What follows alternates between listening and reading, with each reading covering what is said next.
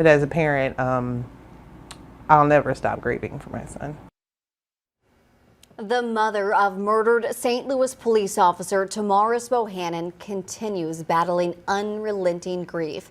Tonight, she renews the calls for closure for her family. It has been more than 2 years since Bohannon was gunned down. But a new kink in the accused killer's case is now causing new concern.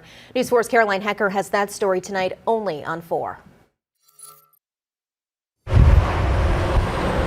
It's a daily reminder of duty and sacrifice in the very neighborhood Tamaris Bohannon gave his life for. That's his graduation picture. His memory, all his family has to hold on to more than 2 years after his death. It gets different after time. I'm not going to say better, easier. It's different. You can start to have memories or thoughts about Tamaris and smile. Prosecutors say Bohannon was shot by this man, Thomas Kenworthy, as he responded to a call in a Tower Grove South neighborhood.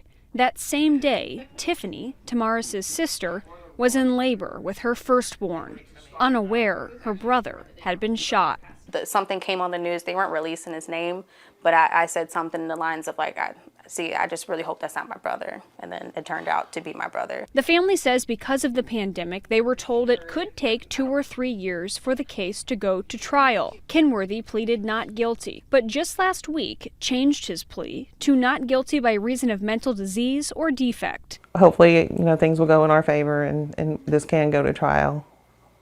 And I believe that he will be found guilty of what he's done and will get the sentence that he deserves. A judge will ultimately decide whether Kenworthy can stand trial or if he'll be committed to an institution. The change in plea will likely mean more delays, but Bohannon's parents say they can be patient as long as it's done right. For family and for friends, it's like that one piece of the puzzle that you can't find for completion. When the days get hard or the grief is too much to bear, they come here to Tamaris' bench in Tower Grove Park. It's a chance to reflect as they prepare to face the man accused of killing him together. In South St. Louis, Caroline Hecker, News 4. We have been seeing an increase in violence toward officers since 2020. Criminologists attribute that to a growing disrespect for police, but also public distrust and a surge in firearm sales and gun ownership.